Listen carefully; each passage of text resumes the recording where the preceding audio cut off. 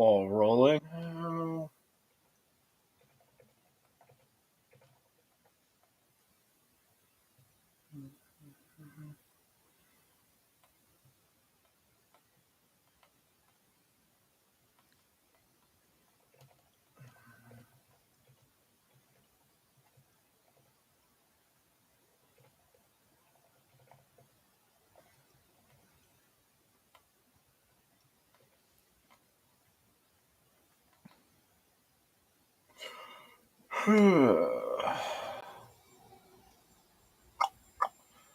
Felt very good to get back to the gym today after not going for a week. Yeah. Yeah, very good. Felt like shit. Had Yeah. absolutely no strength from not working out for a week, but it's fine. Dude, I don't know. I haven't been back since I texted you that day a few weeks ago. I just Gotcha. haven't been back. Gotcha. Yeah. One of those things. And if I don't go, I end up with too much energy, and it messes me up for the night where I can't really sleep that well too. So I kind of got it in. I got it into my routine enough now where if I don't go, it's gonna mess with the rest of my circadian rhythm. So Yeah. you don't have the echo from my headphones, right? I don't have it, no. Okay, cool. No. Just being sure my volume's at a decent level. I got a new keyboard, so I'm kind of messing around with Oh? the settings. But it's nothing fancy. The keyboard that came with my Mac, like 5 of the keys stopped working, so I got like Yeah. a medium priced one on Amazon just for Mm. purposes of having a functioning keyboard. As a hashtag gamer, peripherals are very important to me. So Uh-huh. when you said you got a new keyboard, I'm like, oh, do No. tell. No, just I got like a $40 Bluetooth keyboard on Amazon. Nothing too fancy here. It doesn't Gotcha. light off. I'm not one of those, No? unfortunately. No, Damn. You no, it's gotta not you gonna. gotta you gotta join us, man. It gives you power. It gives you strength, those lights. I promise you. Oh, I know. All of my friends who still play video games kind of seriously are on PC because Yep. pretty much everybody who played on console has like a real job now and just has no energy to play video Yeah. games at the end of the day. So I very much empathize. But I only really play one game at this point. I only really play MLB The Show. Other than that, Yeah. I mean, That's fair. nothing's jumping out to me. Like I have a few single player games I want to start knocking out. Like Far Cry 6 was on sale last week for $20, so I Yeah. bought that. I'm gonna get going on that. But I haven't really got played anything other than MLB in quite a while. I mean, everybody that was on everybody that's still on console, unless you're into the console for the console exclusives, Yeah. you're not. I don't want to say you're not a serious gamer, but like No, I know what you mean. if you're let's say if you're playing Call of Duty on a console Yeah. as opposed to PC, like you're not like you're not in a You're sense limiting your potential. You're you limiting really your are. potential. Yeah, because like, consoles have a set refresh rate, Yeah. they have a set FPS, like, every PC just is exceeding all consoles at this point. And yeah, For like, sure. consoles have 4K and all these things, but so do PCs.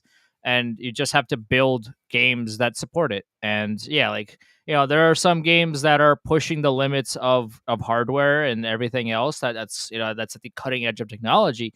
But like, yeah, but like if you built a same game for the PC as you would for a console, you can do more with the PC. You can For unlock sure. more setting. There's more settings that you can do. There's more things that you can tinker with, as opposed to a console where it's just like you kind of get what you get, and that's it. There's no real movement. So especially if you're an FPS gamer, like if you're still playing FPSs on console, you're playing it casually, which is fine. Like, hey, not everybody has to be a pro FPS player. Like, that's totally fine. But if you're still on, like, if you're playing COD or whatever on console, then you're just, you're playing it casually. You're not serious about your gaming. I mean, I don't, to my knowledge, I don't think there's a single pro, at least COD player that's on console. Obviously, Counter Strike is just on PC, so that doesn't apply. But yeah, if you're on, like, I was thinking about buying a PS5 a year ago or 18 months ago, but now that I like pretty much exclusively just play FPSs, I'm not buying a PS5 for NHL. Like, please, I'm not doing that. If I don't they even buy NHL when it's full price. I Yeah. wait till NHL is either free on EA Access or I buy it when it's on sale for $20 on Christmas. That's the one thing I will say. EA usually does get me for like $50 to $70 throughout the course of the year. Because when the games go on sale for $20, then I don't mind paying for them. When I can get Shell for $20, when I can get FIFA for $20, that's all I need. I'm not playing that competitively. I'm not that invested in the Ultimate Team modes anymore. I just need something to waste like an hour here and there when I'm waiting to do other things. That's really what video games are at this point for me. I'm not having like an 8-hour marathon session anymore. I don't have the patience for it anymore. That's Mhm. one thing. And just most of my friends who I used to play with just don't play anymore. So that Yeah. was I was more in video games for the social aspect than anything. Mhm. And without that, I'm not really pulled into games like I used to be. One of these days, at some point, you're gonna hop into my Discord when we're in a 5 stack playing Counter Strike. So, and I'll stream for you just so you can see like the duality of man. Where like I feel like outside the game, I'm usually like kind of chill, or like I'm I played Warzone with you. I have a reasonable understanding of your temperament when you're but playing video games. but Video like games yeah always ratchet it up a little bit. You get yeah the yeah. higher resting heart rate. Your palms are a little bit sweaty. You're always a little bit on edge. It gets a lot more. What's the word? Not surreal. It gets more intense. More. But yeah, but also with Warzone, you can solo carry if that Yeah. makes sense. Like Yeah. if you're playing duos or whatever, and your teammate isn't as good as you, you can kind of if you You can win play. a 2v1 in those. You Yeah, can win a yeah, yeah, 2v1 yeah, in those. yeah. Like you can play around that. There's pro players that play solo quads and win. Yes. Like you can. It's not easy, but you can if you're that dedicated to something, then you can get it done. In Counter Strike, everybody's got to be on the same page. Like it's such an ultimate team game of like if there's even one player that's not doing what they're supposed to be doing, you're gonna get dumpstered. So like one of these days, you're gonna have to jump into my server and watch us play because it's Warzone. Haha, haha. I'll be here all week. Thank you. Gotcha. All right. If you're ready to I get I like I going, like I like that it took you a second to get that. it took me a minute because I was like, oh wait, he wasn't talking about Warzone. Yeah, He was talking about Counter Strike. Yeah. yeah, yeah, yeah, yeah. I'll be here. Don't forget to tip your waitress. I'll be here all week. Yeah. Try the veal. Yeah. All right. Let's get to it. All right. Now with bad jokes out of the way, let's do it. All right. Here we go. Rangers fans, welcome to the best Rangers podcast in town. I am Andrew Chelney alongside Nick Zararis, and we are Liberty Blue. We scream about the Rangers so that you can save your voice. That's how deeply we care about you, and we appreciate that you've joined us for the ride. This is episode 10. We are in double digits. I guess that means we officially made it out of the testing stages, and we are officially official. We'll put the full video up on our YouTube, Liberty Blue Podcast, and the audio version will be available as an audio podcast on Apple, Spotify, wherever else as well. Search Liberty Blue, and it should be there at Liberty Blue Pod on Twitter and Instagram. I am at Chelney Andrew, CHELNEY Andrew on Twitter, and Nick is at Nick ZARARIS on there. Those are our personal handles. Nick was up in Montreal last week. How'd that go? It was nice. It was a good few days. The biggest thing was, you know how in New York it was like 95 degrees and like 80% humidity for 5 straight days last week? Sure. That was the biggest thing. It was like 75 degrees. It was comfortable. You were able to be outside and not dripping in sweat. That was the biggest thing for me. The weather was nice. The Bell Center was pretty cool. It was interesting to say the least. I had a good time up there. The weather was very nice. I returned with lush National D hockey hat. So Yeah. I had myself a good week. I'm very happy. Glad to be back. The Rangers did something. They made me get out of bed before I left at midnight of last week. That'll be our natural starting point for this show. It's the biggest topic we've had. The Rangers haven't really thrown us a bone since they signed Trocheck. I mean, it was fun to make fun of Jimmy Vesey, but there's degrees to this. I mean, Jimmy Yeah. Vesey might end up in Hartford the entire year. They named Trouba captain. He's not signed, by I the way, still, to my knowledge. Jimmy Vesey is still yeah, not a Ranger. So, officially signed. Yeah, yeah, yeah. I don't know what did I forget who it was. Was it Brooks? Brooks did Yeah. he just like put put it out there saying like, okay, well, this is happening. I guess like see you in September. Like, where's the news? If he's putting it out there in the article, Like, oh, is he just putting it out there like months before it gets released? Like, if he has It's that possible. information, where's everything else? Where's the It's information? We need more. I do think the Rangers might have gotten their surprise spoiled. I don't think they intended to announce it on a random Tuesday in the middle of August. I do think weeks finding out probably spoiled what they were going to do. There is a real chance they might have waited till like right before the season started after training camp, or maybe even as far as making it a surprise on opening night. But the Rangers named Jacob Trouba captain, and that means something. What it means, I think, is what everybody's been grappling with for the better part of the last week, because it's definitely not irrelevant. This does mean something for the Rangers going forward, but everybody trying to read the tea leaves and interpret what exactly it means is where we are now, and it's why we're kind of in the weeds. And I broke our rundown out into good cop, bad cop, because there are two schools of thought on this, and depending on your overall view of hockey, it's probably going to decide whether you're going to be on one side or the other about Trouba being captain. So I want to make a point of having that we have both sides of this argument here, because Andrew and I are pretty much of the same opinion here, but we do want to acknowledge that we are not the only hockey opinions that are out there, that there are people who watch hockey differently from us, that value different things, and we want to make sure that even if we don't have somebody representing that viewpoint here, that we're able to talk about it and make sure that we're not just glossing over something because we disagree with it. So the floor is yours, Andrew. I yield. What are your thoughts on Jacob Trouba being named captain? It's fine. Like I feel that's kind of the best way to describe it. Is it's fine. Like it's the Rangers have for years now held this assumption that the captaincy val is worth more to players, not to fans, more so than players. The players have kind of shrugged it off as, oh, it's whatever, it's just a letter, it's not important, doesn't matter. But then they get the letter, they're like, oh, like this is so important to me, like all these things. Is like, I mean, one of these things is true and one of these things isn't, right? Like, what's the truth here? So yeah, I mean, it's fine. I like there was a report last year or earlier this year that Drupa was supposed to be captain last season, and it got nixed by somebody above Gallant, and now I guess whoever nixed it went back on it or agreed with Gallant now that he has established himself as the head coach of the Rangers. He wasn't just a fresh face coming in saying, hey, make this guy the captain. The Rangers were like, hold on, let's hold on here. And now that a year has passed, the Rangers were like, okay, we see what you can do with this team. We're going to listen to you. If you want to make Trouba the captain, you can make Trouba the captain. And that's what they did. They made Jacob Trouba the next captain of the New York Rangers, and that's fine. Like, as a player, we talked about him numerous times, and we'll dive into him a little bit today as well. Just like,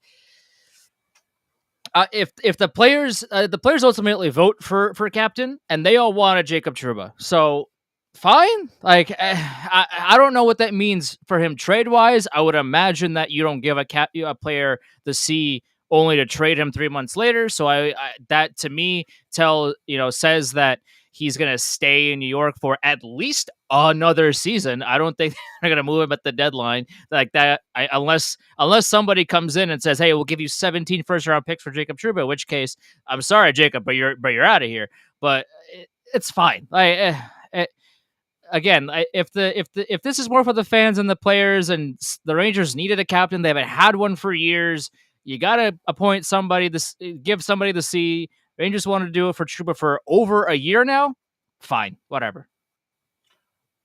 I am going I am trying to be rational about it, trying to be thoughtful about it. My initial knee jerk reaction was, "Oh no, the idiots have won." That was my initial reaction as soon as that was announced, because everything that worked for the Rangers last year was kind of by accident.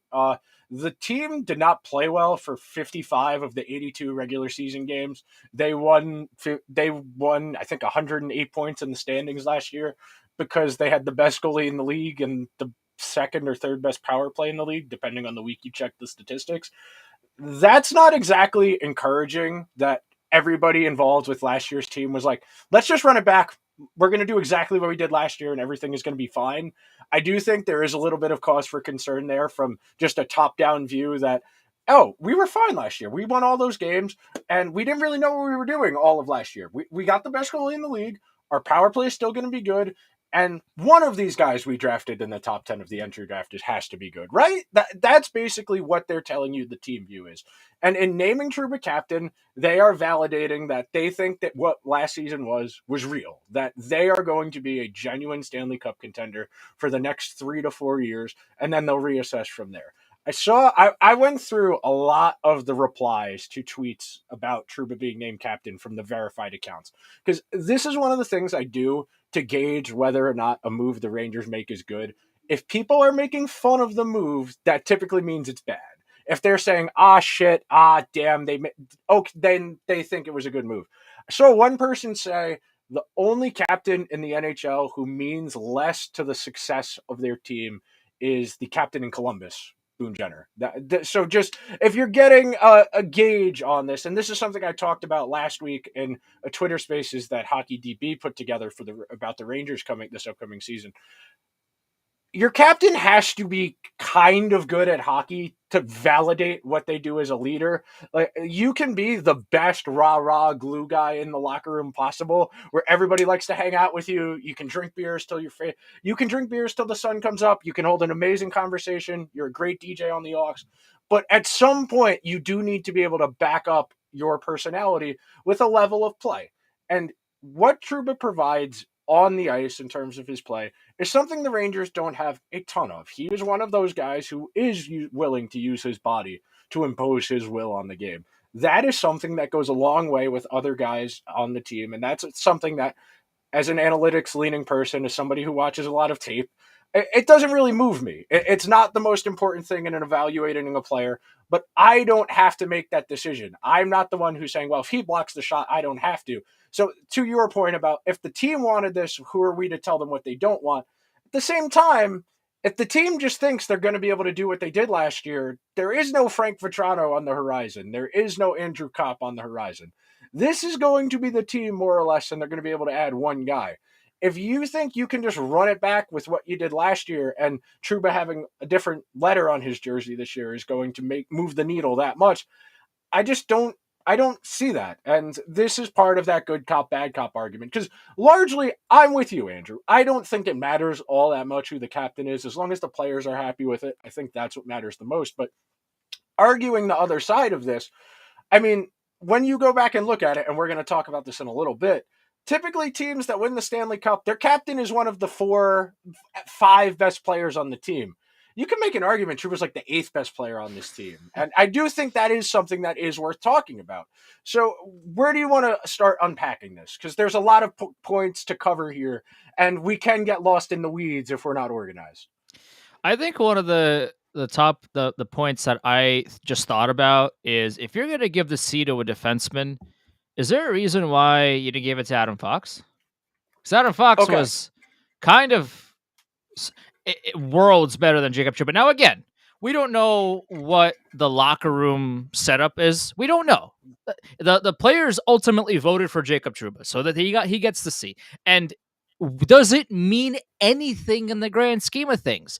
The answer is probably not. But to your point, it does kind of raise a red flag that most other captains that have ever played in the NHL were either one of, if not the best player on the team. Is Jacob Trouba the best player on the Rangers? No. Is he a top 3 player on the Rangers? The answer is no. Is he a top 5 player on the Rangers? You can maybe argue that, but you could, like, there's arguments to both sides. Whereas if you take a look at Steven Stamkos on the Lightning, right? Is he the best player on the Lightning? No, you have Vasilevsky, you have Hedman, you have Kucherov, but is he a top 5 player on the Lightning? Absolutely, no doubt about it. Yes, he is. Jacob Trouba, is he top 5 on the Rangers? But maybe, and already that's not good. So yeah, it's just a letter on a sweater. All right, it doesn't mean a whole lot in the grand scheme of things. Like, if again, the players wanted him to wear the letter. If the letter means so much to him, let him wear the letter. But is he one of the best players on the team? The answer is no. And historically, the captain has been the leader off the ice and also the leader on the ice. And Jacob Trouba has a lot of hits. Yeah, I mean, can take slap shots on the blue line because that's all he does when he has the puck. He will shoot. He's a heat check guy. He will shoot. He's a Dion Waiters exactly. guy. He's got the ball. Yeah. Jacob Trouba time. Right. He will shoot no matter where he's from, no matter if it's going into the net or 17 feet wide. He is taking the shot. So that's what he does. On defense, he's very hot and cold, to say the least. Like sometimes he's solid on the blue line. Other times he's an absolute liability. So you don't really know what you're getting there. And as a defenseman, you kind of need to defend well every game. So that's where my questions are coming from. Where is to if you're the captain, you're leading the team on the ice and off the ice, and on the ice, if you're not the best player at what you do or one of the best players at what you do, then why are you the captain? He's got good vibes, Andrew. The Rangers are the Rangers for 60s are off the charts. So I guess he's got that going for him. That's the thing. A lot of people did make that joke during the course of the playoffs last year that the Rangers kept winning all of those games purely off of vibes because it wasn't the hockey they were playing. They weren't playing particularly good hockey. Sure. Hold on to your butts and hope the other team takes a penalty isn't exactly a strategy, but the Rangers tried their best to make it one. One thing we can talk about in this conversation is a lot of us, fans, media adjacent, etc., like to project onto the team. A lot of people, very surprised that it wasn't Zibanejad or Kreider named captain based off of how long they've both been here. They're the two longest tenured people on the team. Kreider, obviously, the longest tenured person on the team.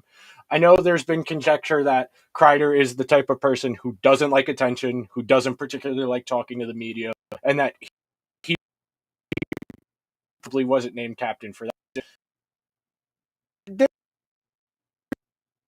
discussion to be here about what that conversation was like. I do wonder about what that process was like. If there was like a scene in The Godfather type, all had to sit down and said, "Are you guys okay with this? As long as the rest of the leadership's okay with this, we want to do this." Because I do think if there was a problem with it, they would have rolled 6 A's again or 5 A's because Strome's not on the team anymore. They would have given it to Trocheck. I don't think it particularly matters. Again, this is just hockey fans. It's August. There's not actually hockey to talk about. So when you can talk about things like this that are lend themselves to speculation, it's very easy to get carried away. Yeah, I mean, give everybody in the team an A at that point. Again, they gave the Rangers there were like 17 A's on the team last season. How many A's can you give out? I don't know. There's only what you're gonna give an A for one for every line, and give 5 of them to defensemen too, and give it to Shesterkin, and screw it, give it to the guy in the front row. Like, if you're gonna do that, then you just give everybody an A. But yeah, I mean, again, like you want if you're wearing a C on the team, you want to be the guy. Like, you want to be the most, or at least one of the most dependable people that are on the ice at all times. Like, if Nick Lidstrom wore the C for forever in Detroit. Every time he got out there on the ice, you knew that you were not going to score. Like, it's try as you might, but Nick Lidstrom is one of the best defensemen to ever play in the sport ever. So, of course, when he has the C and he backs it up on the ice, like, that's what a captain should be. But when Jacob Trouba is on the ice, you kind of don't know what kind of version you're getting from him. Sometimes he's great. Other times he's not very good at all. So he's high variance. He's very high variance. And that's a problem when you pick a captain. And for the 10th time, like, the players wanted it. So the players decided that he was the best locker room presence, hashtag locker room guy, hashtag grit, hashtag intangibles, hashtag whatever. But on the ice, is he really the epitome of a captain? Just because he hits a lot? I don't know. Okay, so the last thing I want to have on this point before we move along in the conversation. A rule of thumb for the year 2022. If Mark Messier thinks it's a good idea, it's probably not a good idea. I appreciate Mark Messier's contribution to the Rangers and their history. 1994 is all I will ever hear about unless the Rangers win a Stanley Cup again, which, working on it, no guarantees. Right. the weird place that Mark Messier holds in New York for somebody who wasn't in New York that long, who threw a hissy fit on his way out the first time, then threw a hissy fit again when they didn't hire him to be the coach any of the last two times they had a vacancy, and really still kind of lives in the world where I'm Mark Messier and doesn't consider outside opinions and really, really doesn't know where the game of hockey is at right now, which is kind of a problem. That's my last point on this. Mark Messier thinks Jacob Trouba being named captain is a good thing, so that gives me a bit of pause. Again, like, sure, like, it's fine. It's fine. It's not, trading 7-round picks just to get somebody. It's not, I guess we're encompassing the full range of the scope, all the way from the this is awesome to the this is a disaster. We're trying to cover all the bridges. I mean, listen, like, it's awesome in the sense that the Rangers finally have a captain, like, because they haven't had one for years now. So I finally having somebody that wears the C and is that guy in the locker room and is, somebody that the media can, that the Rangers as a media organization can trot out and say, hey, like, we have a captain. Here's all of these graphics and these videos, and here, like, here's this big announcement for news purposes and all these things. Like, okay, that's terrific. That's fine. Like, but again, on the opposite end of that, the captain should be a leader on the ice. Jacob Trouba does the hitting. He's very noticeable. Pittsburgh certainly did not like the decision to give Jacob Trouba the C. I would guarantee that, judging by their comments still to this day about Jacob Trouba's hits in that first round playoff series. But ultimately, it's got to be somewhere in between, because, like, he's not good enough to be the best player on the ice whenever he is on the ice, but he's also not the worst player either. So he's kind of in the middle, which is fine, but is that captain worthy? Like, it'd be tough to convince me of that. Okay, so this is where we can get into the next part of this conversation, where you start talking about who's been the captain on the team that's won the Stanley Cup. And this past year, Colorado. By the way, I hate to interrupt you, but your audio has desynced from your video. That happens. Unfortunately. Wait, now your audio and video are still synced up. So okay. That's a connection thing, not a hardware thing. So as the connection fluctuates, it will change. So I've been keeping an eye on that. Okay, you're back now. All right. Okay. We love to see it. See it. So all of the teams that have won the Stanley Cup in the last, I went back to 2010. This past year, so I'm switching over to my spreadsheet. So if I'm squinting, that's because I'm looking at the spreadsheet. So this year, Gabe Landeskog on the Avalanche was 7th in goals above replacement of everybody on his team. Last year, Steven Stamkos, 8th. The year before that, Stamkos only played in one game that entire postseason, so I gave him an NA. He didn't play most of the regular season because he had an injury. Pietrangelo, the year the Blues won, was 5th. Ovechkin, 5th. Crosby, 4th. Crosby, 3rd. Jonathan Toews, 3rd. Dustin Brown, 5th. Jonathan Toews, 1st. Dustin Brown, 1st. Chara, 2nd. Jonathan Toews, 1st. So going back in terms of history, usually one of the 5 best players is your captain.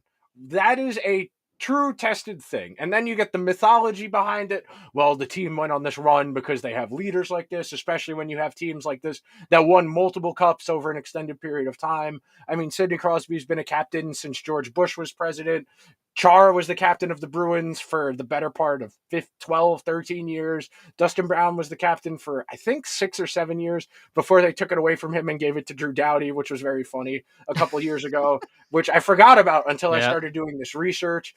And you go down the list and you just start to think about, well, where is Jacob Trouba in terms of value on the team? And Andrew, I'm glad you didn't ask because I have that on my spreadsheet too.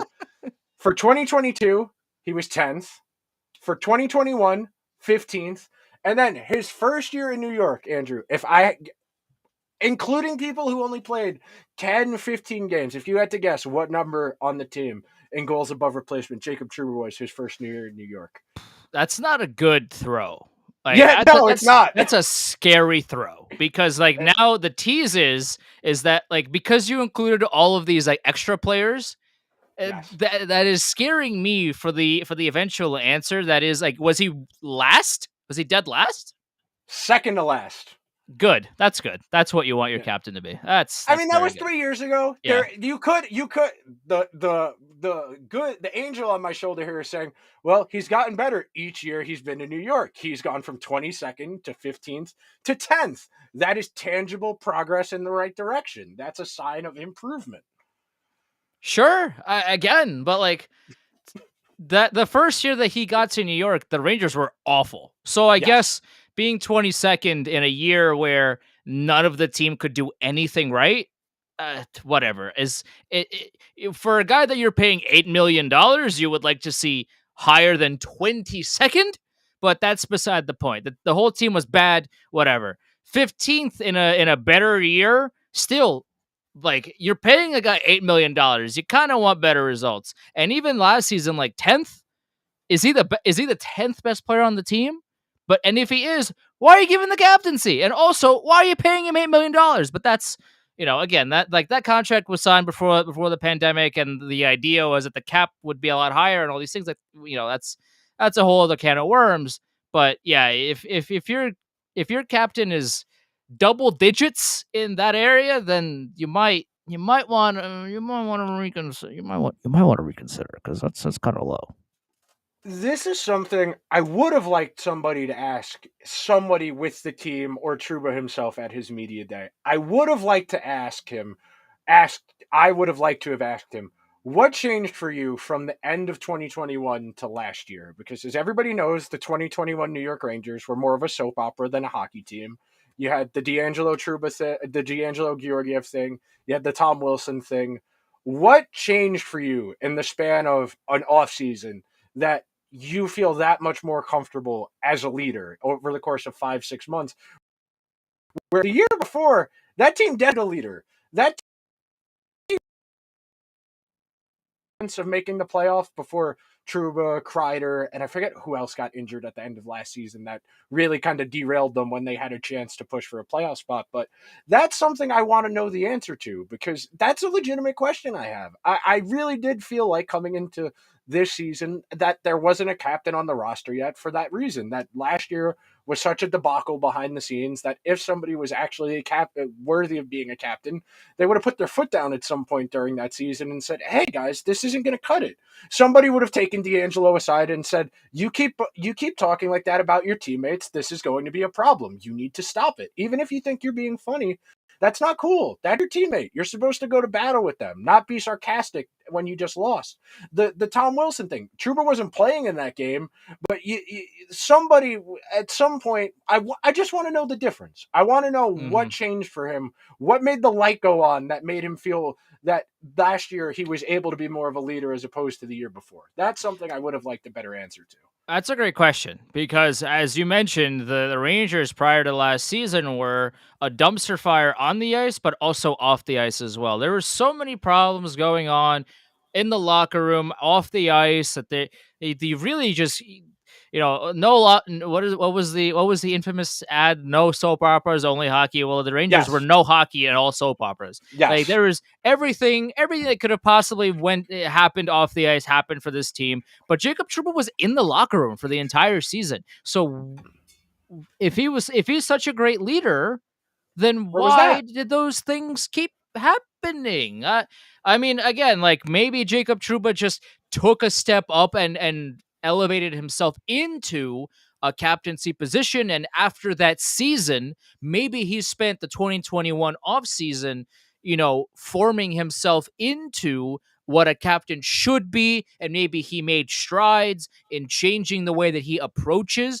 locker room arguments and conversations. Maybe he did all that. I don't know. That would have been a phenomenal question to ask. We would have liked the answer to it, but maybe he did all those things. Right now, we don't know. It's all speculation because nobody asked him, because everybody's, it's the softball questions here. But that would have been a very good question to ask. But like, it's a great point, because like, if you're in the locker room last season and all of these things happen, and I don't know what kind of role you had in maybe fixing them or preventing them or mediating them, but they kept happening.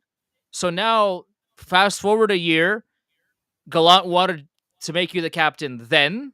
Last season didn't work out, and now all of a sudden this year you're magically of a lead in the locker room and you want the captaincy. I don't know. I mean, again, maybe Truba did work on it. Maybe he Yeah. did take strides and steps into figuring out what a leader is and how to become one and do all these things. But it's definitely a question that needs to be asked and answered. Do you think he's audiobook or just straight book when he went into the self-help section for leadership? Audiobook, or did he get the physical book at Barnes and Noble? He might have went to Spark Notes. I listen. I don't. He might have. He You know might what I have. found out? You know what I found out the other day? That's What? horrendous. The website everybody used for Quizlet's not free anymore. No. Oh It's boy. not Well. free anymore. I found that out the other day, and I saw that on Twitter, and I went to check for myself. And Yeah. God, I would not have gotten through college if Quizlet did not exist. So Yeah. Quizlet saved a lot of high school trauma. I will say. Like I don't know what other word to describe it. Like Quizlet and Spark Notes were truly the OGs. And for Quizlet to not be free anymore. I mean, I get it. Like, you know, yeah. a lot of people in school use Quizlet. So hey, if you got to make money somehow, this is especially in a post pandemic. I guess it's post pandemic at this point. Like in this kind of world, you got to make money somehow. So I guess you got to make it off of 16-year-olds that need to study for a test. I don't know. High school kids don't have money. How are they supposed to Yeah, get Quizlet? I don't know. I guess like that's a great question. Well, I guess they can't use Quizlet then. I don't know. Yeah. You're gonna have to buy real flashcards again. We're gonna have to bring back actual Well, flashcards. yeah, you're keeping the post-it game alive. They're gonna bring back the flashcards. I mean, it's the '80s all over again. Okay, so real point here. Last year, 2 years ago, we're really getting into the mechanics, trying to learn all the verbiage and understand the different things that are used in football parlance. I did go out and buy a pack of flashcards to go and help myself memorize all the things to help make watching tape easier. I really was out here studying like that was just it's an effective system.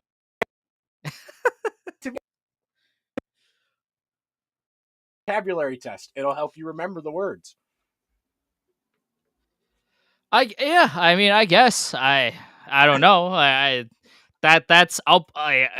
I'll let you have the floor with this one because like I don't use Flash. I mean, I don't have a test to study for, so I guess I'm like Steven Stamkos when you played that one game in the playoffs. Like I'm NA. That's I don't. I scored my one goal. It's not a yes. It's not a no. Yeah, it's kind of Oh.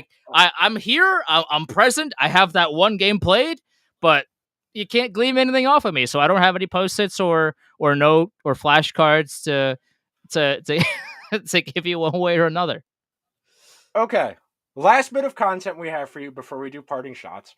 This is something I was talking about last week in that Twitter Spaces because we were there was a real discussion about what made sense for where to play Kako and where to play Lafreniere in the lineup. And this isn't going to be specifically about the Rangers. This is going to be more general hockey ideas and like concepts wise. So typically speaking in hockey, you got your three forwards and your two defensemen. Your three forwards all ideally have different skill sets from one another. You don't have redundancy unless you have guys who are multifaceted, in which case they fall into two of the boxes as opposed to just one of the box. Then that's a little bit of a different conversation. But for the purposes of this conversation, generally speaking, you want one puck retriever, one playmaker, one shooter. You can have somebody be two of those, all three of those, or some combination, but each line ideally has at least one person capable of doing each of those things for the purposes of balance. And we've seen the Rangers run into this problem, especially at points during the lean years where the lineup was a little shallower. They did not have somebody with enough of the other skills playing on that Panarin line. For the large stretches of the last 2 years, whether it be Colin Blackwell, whether it be Dryden Hunt, whether it be Barclay Goodrow, those guys are all what you would call a puck retriever. They'll go get the puck if it's below the goal line. They'll engage in battles along the boards. They will forecheck. They will try to clog up space in the neutral zone. They usually are okay defensively, but ideally you'd be a little bit better defensively. But none of those guys had another trait. None of them were great passers. None of them were great shooters. I'll say Blackwell was an okay shooter. decent shot for somebody with a small statistical profile to that point. Only, I think, 100 games to that point at like 25 years old. So not a huge profile to build on, but not a great shooter. And it's an interesting point when we're talking about the Rangers this year because they are going to have to decide, do we want to play Kako, who profiles more of a puck retriever than a shooter or a playmaker, with Zibanejad and Kreider, who are a shooter and a playmaker? Or do we want to play them with Panarin and Trocheck, who are a playmaker? And Trocheck, I would consider a hybrid. He's a playmaker and a puck retriever. And Panarin has a good shot. He just doesn't use it enough. So it's just one of those things where when you think about the Rangers and their recent history and why they've had trouble at times creating offensively, it's because they don't have enough diversity of skill set. They have a lot of guys who are good at one thing, and then like 3 or 4 guys who are good at 2 things. And then they have a bunch of guys who are really good at retrieving the puck and chasing the puck. And that's a useful skill to have. But if that's all you're bringing to the table, that's not enough to keep you on my team, unfortunately. You just, when you're thinking about it, that'd be like having a pitcher who only throws 1 or 2 pitches. You gotta have some variety in your toolbox. You gotta be able to do multiple things. As much as I like what Dryden Hunt did on that second line as a puck retriever, putting the puck in the net. You playing on the second line, you got to be able to put the puck in the net. And this is more just open ended and jump in whenever you want to cut me off. But it's frustrating to see the Rangers saying, okay, we're not going to prioritize offense here. We're going to be safe here and putting those bottom 6 guys in the top 6. And you talked about it last week with the Jimmy Vesey thing. Jimmy Vesey is a puck retriever, I guess, if you had to put him in one of the 3 boxes. He's not even that good at that. Yeah, I agree. I listen, it's if you're putting somebody that is not known for their offense in the top 6 and surprise surprise they don't produce offense, then like why? Like what's the point of that? If you're putting Dryden Hunt, who clearly does not have top 6 offensive potential, why are you putting him there? All you're doing is putting him in a position to fail. You're not putting him in a position to succeed. Because here's the thing: like if you have a team with 12 forwards, 6 defensemen, and two goalies, you want to put every single one of these players in a position to do well and to do the things that they do the best at and succeed in those positions. Like you can't put Libor Hayek on the top pairing and think, okay, this is gonna work out beautifully. He's fine. The problem at all. He can handle it. He's okay. No, no, like don't do that. Don't please don't do that. Listen to me right now. Please don't do that. I beg of you. I legitimately will go crazy. Please don't do that. But also, like you have to use your players to your strengths. So putting Jordan Hunt on the second line or the first line, and then magically he's not providing any offense, and then Panarin stagnates offensively because he passes to Dryden Hunt who can't score, and now all of a sudden you're breaking up the flow of that line. So it hurts everybody on the team to put players in positions that they're not comfortable playing in. So by, not addressing the Yeah. offensive issue that they had, guess what? It's not just going to magically fix itself. You have to go out and fix it, address these issues. And yeah, like Trocheck is good. He's better than Strome, all these things, but you need other complementary players that are able to score. And did you do that? I don't know. Oh man. It's frustrating. It's frustrating when you know what the solution to a problem is, but you have no means of engaging that solution, of using it. I mean, the Rangers have had interesting guys they could experiment with. Like, I understand why they played Sammy Blais in the top 6 before he hurt his knee. That's somebody who has shown the ability to shoot at an above league average level, even though he's not a great skater. At least he's willing to shoot. That's the kind of stuff I'm talking about here. Be a little more inventive. And we're going to see it really engaged with on the third line this year because that's going to probably be Philip Hedl and then either Lafreniere, Kako, or Vitaly Kravtsov. And then whoever isn't in the top six, and then who could be on the fourth line playing as the third forward. So if that's Sammy Blais, is he going to be the shoot first guy that Hedel needs? And then what does that do to who plays right wing? This is just one of the many things that rattles around in my brain when I see the lines. Like every single day during the season, when I see somebody who's at practice tweet the line combinations, I'm thinking, well, do they have a puck retriever? Okay, yeah, they got one. Do they have a shooter? Okay. Do they have a playmaker? No. And this is where you get into the problems. I mean, last year they got into this after the trade deadline, and they had some depth. Zibanejad, playmaker. Kreider, shooter. And puck retriever. Vetrano, shooter. Okay, you've got all three. Panarin, playmaker, plus shot. Okay, good. Strome, I would say playmaker. And then Cop, playmaker, shooter, a little bit of a puck retriever, a little bit of all three. Not elite at any of the three, but pretty good at all three. That's diversity of skill set. The third line, Hedel, playmaker, puck retriever, Kako, and Lafreniere. Playmaker, Lafreniere.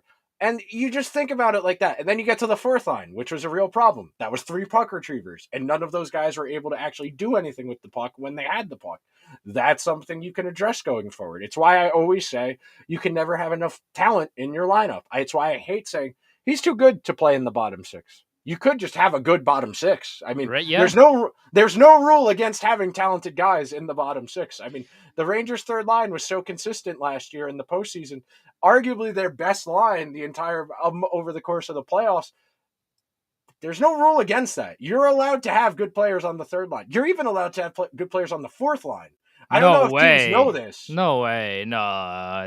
That's illegal. Everybody knows that, Nick. Come on, it's illegal. But also, like, you know, the and on top of having good players on your third line, you're playing against the other team's bottom six, and if you're a good player on the third line, you can just dominate. Like, Yes. if you can just straight up dominate the game. If you have a really good third line, you will absolutely crush most, if not all, other third lines in the NHL. So the idea that, oh, he's too good to play in the third line, the fourth line, that's ridiculous. But also, the better your depth, the more likely you will just dominate anybody else who tries to stack up against you when it comes to the bottom six. So yeah, if you can find a player that fits in that could be a second line center, but if you have or a second line winger, if you have them on your third line because your top six is that stacked, that player's gonna dominate. What are you telling me that this man can, like, who insert player here, can outskate Matt Martin or like, you know, or whoever else? Like, really? Yeah, if you can do it, if you can have somebody who can play in the top six play a third line role, yeah, of course, of course. I feel like we're going crazy. Like, yeah, of course. Is that not obvious? Is that not what you should be doing? I guess not. I don't know. Listen, we're not GMs, but I feel like we have good ideas. I don't know, Nick. Listen, I feel like some of our ideas are not bad, but hey, we're talking down the mic, and those people have jobs here. So hey, what do I know? All I'll say on this point before we do parting shots,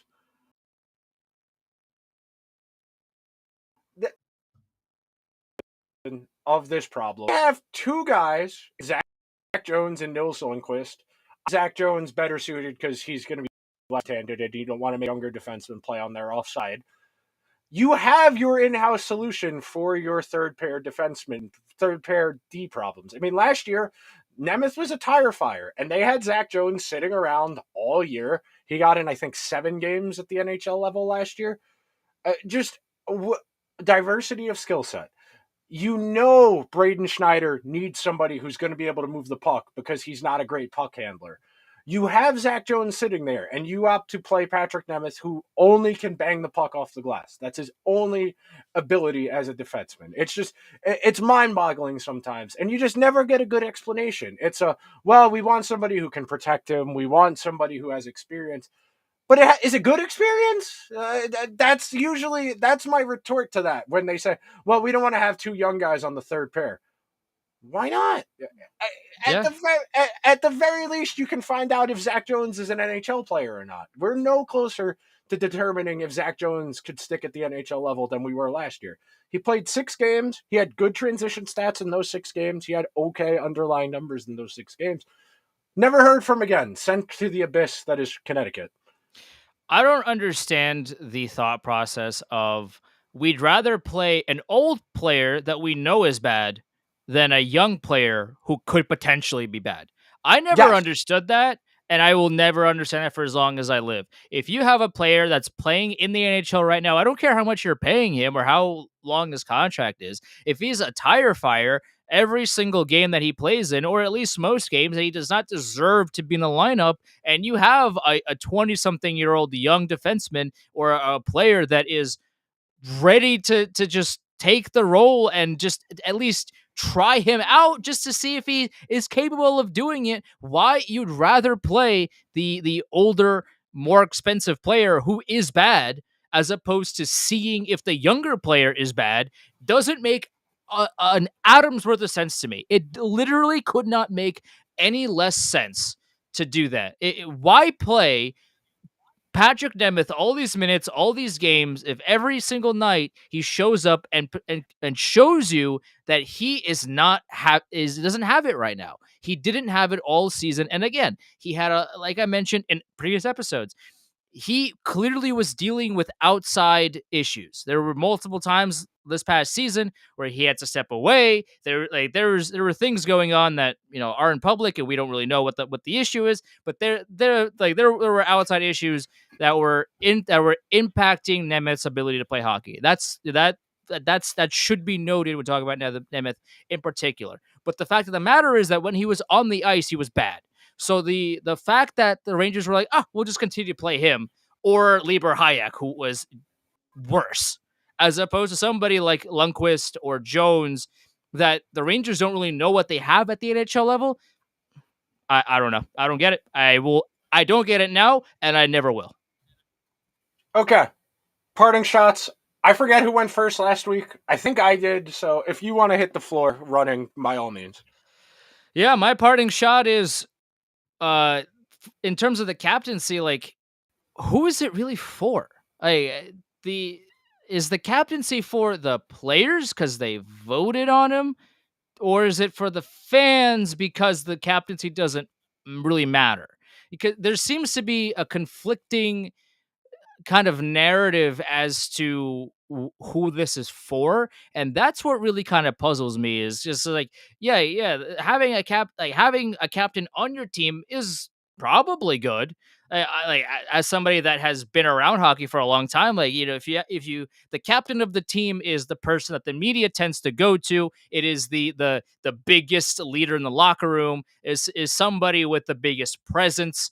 Is somebody that if you had to know somebody from the team, it tends to be the captain. Okay, so from that perspective, it's good for everybody but the team.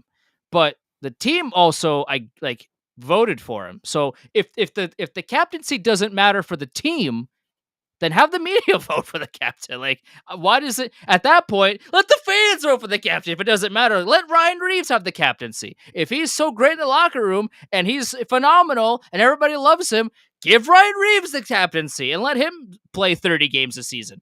What difference does it make? If the captaincy really is that irrelevant, then who cares who gets it? But it's not that irrelevant. It does matter. So then why is the narrative push that the captaincy is for the fans? It's for the players too, is it not? There's this push that, like, it's all for the fans and it doesn't matter who gets it. The locker room doesn't care. Okay, then why have letters? Why does it matter then? Who, like, throw it all away if it doesn't matter? Clearly it does matter. So why pretend it doesn't? Andrew, are you familiar with the word copium? Yeah. Oh yeah. Yeah, that's what Oh yeah. that there's your answer. Everybody who is very casually playing this off that it doesn't matter at all, the fans are just overreacting, are the same people who were complaining about the people complaining about the team last year. You know the ones I'm talking about. Oh Well, yeah. well, they keep winning. So why does it matter that they only have 35% of the scoring chances every night? Because eventually you're going to need to score some goals if you would Yep. like to win hockey games. Those are the people who are very happy about Truba being named captain are ideologically aligned with the same people who were complaining about the people complaining about the quality of the team last year. That's what this is. This is copium. This is cognitive dissonance. This is people trying to be comfortable with the decision. Nobody wants to acknowledge when their team does something stupid. That's just a matter of fact. You invest your time and your energy into a team, you would like them to be always making the right decision, and that's why there is a, I won't say there's a sizable portion of the fan base that's just always going to be happy with what the team does, no matter what the situation or what it is. That would be my answer to your question. Very very strong doses of copium. Yeah, yeah. I feel that's a good way to put it. There's if you're part of that group, like that's fine, but eventually you're gonna need to create your own opinions and formulate your own thoughts. If you're just always gonna be on board with what the team says, if you're gonna be that yes guy, then like yeah, I guess you support the team no matter what, but you want what's best for the team, and if the team isn't doing what's best for the team, why are you okay with that? Right? Yeah, Ultimately, if you're a fan of a team, let's say like if you've been a Browns fan for your entire life, you haven't every single offseason been like, yeah, the Browns are doing so well and they're doing all the right decisions and they're, they got this guy and he's going to be a star and like after a certain while, everybody around you is going to be like, can you open your eyes yeah, and and read the tea leaves here? Like the Browns are bad. They're better now, but I'm talking about like that long stretch where they were just bad all the time. Like as an example, right? At a certain point, you have to realize, hey, the franchise doesn't maybe it doesn't bat 1,000 with every yeah. single decision that they make. And we have to be objective about that. That's why this is the most objective Rangers podcast in town. You will not find a more objective show because to my opinion, and hopefully to yours and everybody watching right now, like we deliver what we think to be the most objective opinions and the facts and all the arguments that are presented, to the table. So we bring all of that, and to just be on one end of the spectrum, whether it's all great or all terrible, doesn't really show the full picture. It doesn't paint the full scope of what the organization that we are supporting, that we are talking about, is doing. Sometimes they make great decisions. Sometimes they make terrible decisions. Sometimes they make in between decisions that like, yeah, like just like this one, where it's like, yeah, I guess there are better options, but the players want a Trouba as captain. He's captain. Like, whatever, it's fine. Like sometimes they make decisions like that, and it's okay. It's okay to have your own thoughts. It's okay to disagree with things. If you're always a yes man or a no man, then give me what you think personally, as opposed to yeah, this is great or this is bad for everything. Okay. Mine is very simple. It's centered around the idea, what box do you fall into? And I think about this a lot because I'm constantly trying to think of what would get the most interaction with it. What do people want? What of their content needs is not currently being met? And people fall into a bunch of different boxes. There are just the general trolls who are trying to be funny. There are the people who want informative content. There are people who are looking for comedic content, and it's a never-ending struggle to kind of fill this void in the hockey space because the hockey space is underdeveloped. Largely speaking, from a media perspective, the hockey space is underdeveloped. You have people who are doing straight news, who are carrying water largely for the NHL at large, who is carrying water for the team they cover, etc. There are the content creators, the people like us who do podcasts, who do videos, who are doing content from a fan perspective. Some have more access than others, and a lot of times where they fall on that spectrum of we want to carry water for the team, to get as close to the team as possible, to get access, to do this, to do that. And that erodes the public trust. And right now, in sports media at large, there is a genuine erosion in that public trust because for a long time now, sports media has gotten to the point where the only things that garner engagement are the talking head shows that are just people screaming at each other. And we talked about this a few weeks ago when we were talking about how I had ESPN on in the background, and you said, I don't really watch ESPN anymore. It doesn't really do it for me. And that's a genuine concern that I think about, that I want to do better with, that we're not just arguing to argue here. We laid out the full range of emotions on all ends of the scale, not just our individual perspectives, but the overall perspectives. And because we feel that's necessary to give you the clear picture. It's not just what we think, it's that there are other perspectives out there. There are people who are less analytically inclined than me. So I'm naturally going to want to be more curious about their perspective on things. And I will be more inclined to try and tap into their ideas a little bit more, because I don't think like that. And if I don't think like that, I want to know, okay, is that a blind spot for me? Am I missing something here? Do I need to revisit that? And it just goes to show you how much of this process is give and take, and trying to understand your audience a little bit better, while also trying to grow your own individual mind to be able to understand more ranges of opinion. And that's my goal here, is to make this show as intelligent as possible, to give you as much information as you can so that you can make your own decision. Well, if you agree with Andrew or I, that's not the point. It's that we want to lay out our thoughts for you in a way that even if you don't agree with us, you understand our point. That's the goal of this show. Intelligent conversation that is not just staged arguing, that is trying to move the discourse forward. That is the goal. 100% agree. Even if I get like Nick said, even if you don't agree with what we're saying, at least first of all, hear us out, hopefully. But also, we're not just talking about, hey, this is what we think and that's that. Everybody else is wrong. But hey, this is what we think. This is that side of the argument. This is another side of the argument. And ultimately, like, here are the pros and cons to each of each thought process, right? We're not just screaming about, oh, this is great, Jacob Trouba, new captain, woo! Or Jacob Trouba, he's the new captain. Oh, that's awful. This should have been Kreider. It should have been Zibanejad. Oh, like we're not these people.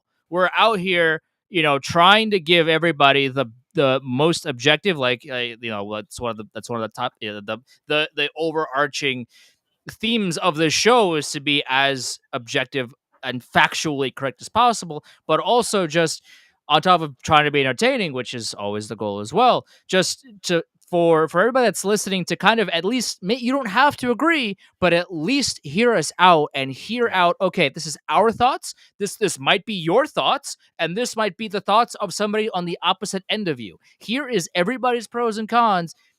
Now kiss. And ultimately, yeah, that's a very good way to surmise it in a single sentence. All right, Andrew, let's get the people out of here. The show will be up on all of your favorite podcasting platforms some point tonight. It will be the full video. Well, not the full, the edited video will be up on YouTube sometime Monday night, Tuesday morning. The show's YouTube is Liberty Blue Podcast. Everywhere else, it is Liberty Blue Pod. That is Chelney Andrew on Twitter. You can see if you're watching the video there, CHELNEY Andrew. I am Nick Zararis, Nick ZARARIS on Twitter. We'll have some clips. We'll talk about some more stuff. We got to figure out what we're going to do next week, because I'm going to the Met game on Monday, and we're probably going to end up having to record on Sunday, or doing something where I'm going to have to call in at some point, and we're going to do this like a radio show call in maybe. We'll figure it out. Okay. We'll figure it out. We'll be creative with it, because I really have no idea what we're going to talk about next week unless the Rangers announce something else. We'll always, listen, we've been recording for an hour.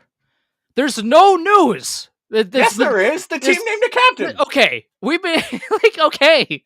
But no, we've been yelling for an hour. We'll find something. It's fine. We'll figure it out.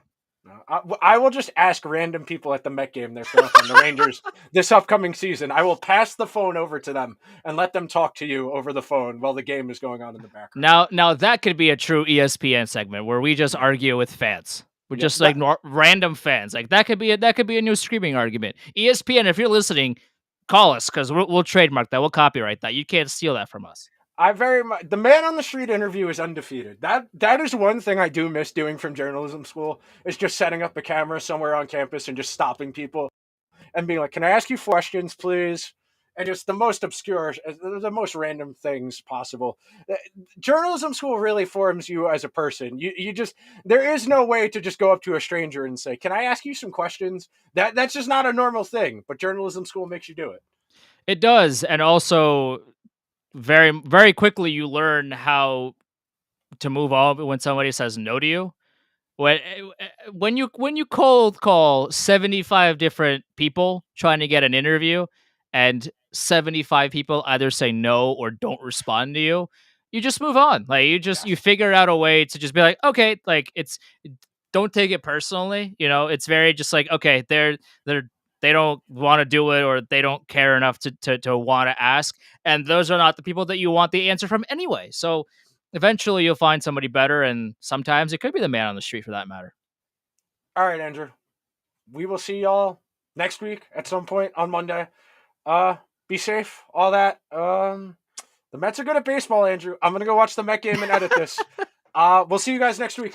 Later. Okay. Did the button actually end the stream? Come on.